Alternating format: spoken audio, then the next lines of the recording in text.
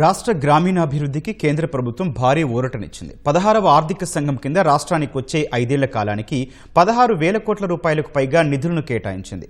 గత ఆర్థిక సంఘంతో పోలిస్తే 1,000 కోట్ల రూపాయల అదనపు నిధులు రాష్ట్రానికి ఈ ఏడాది నుంచే అందనున్నాయి. తాగునీటి సరఫరా, పారిశుధ్యం, గ్రామీణ మౌలిక వస్తుల అభివృద్ధికి ఈ నిధులు కీలకంగా మారనున్నాయి.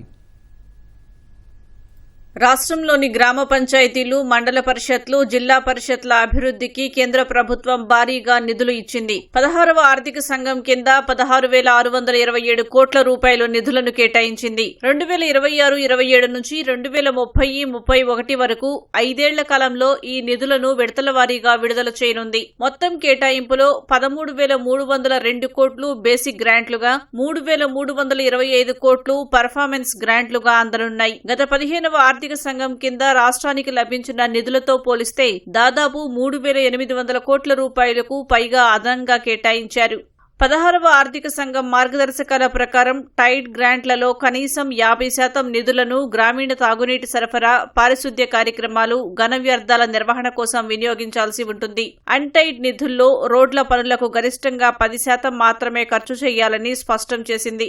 రాష్ట్రానికి వచ్చే మొత్తం నిధుల్లో 70% గ్రామ పంచాయతీలకు, 15% జిల్లా పరిషత్లకు, మరో 15% మండల పరిషత్లకు కేటాయించనున్నారు. స్థానిక సంస్థలు తమ సొంత ఆదాయ వనరులను పెంచుకుంటే పర్ఫార్మెన్స్ గ్రాంట్ల రూపంలో అదనపు నిధులు పొందే అవకాశం ఉంటుంది. అయితే ఈ నిధుల విడుదలకు కేంద్రం కొన్ని షరతులు విధించింది. స్థానిక సంస్థలకు ఎన్నికలు నిర్వహించటం, బ్యాంకు ఖాతాలను ఆన్లైన్లో ఉంచటం, అభివృద్ధి ప్రణాళికలు, వ్యయ వివరాలను ఈ-గ్రామ్ స్వరాజ్ పోర్టల్లో నమోదు చేయడం తప్పనిసరి చేసింది. అలాగే ప్రతి 5 ఏళ్లకు రాష్ట్ర ఆర్థిక సంఘాన్ని ఏర్పాటు చేసి నివేదికను శాసనసభకు సమర్పించాల్సి ఉంటుంది. గ్రామీణ ప్రాంతాల్లో తాగునీరు, పారిశుద్ధ్యం, మౌలిక వసతుల అభివృద్ధికి ఈ నిధులు గణనీయంగా దోహదపడనున్నాయని అధికారులు భావిస్తున్నారు. కేంద్రం కేటాయించిన ఈ నిధులు గ్రామీణ అభివృద్ధికి కొత్త ఊపునిస్తాయనే అభిప్రాయం వ్యక్తమవుతోంది.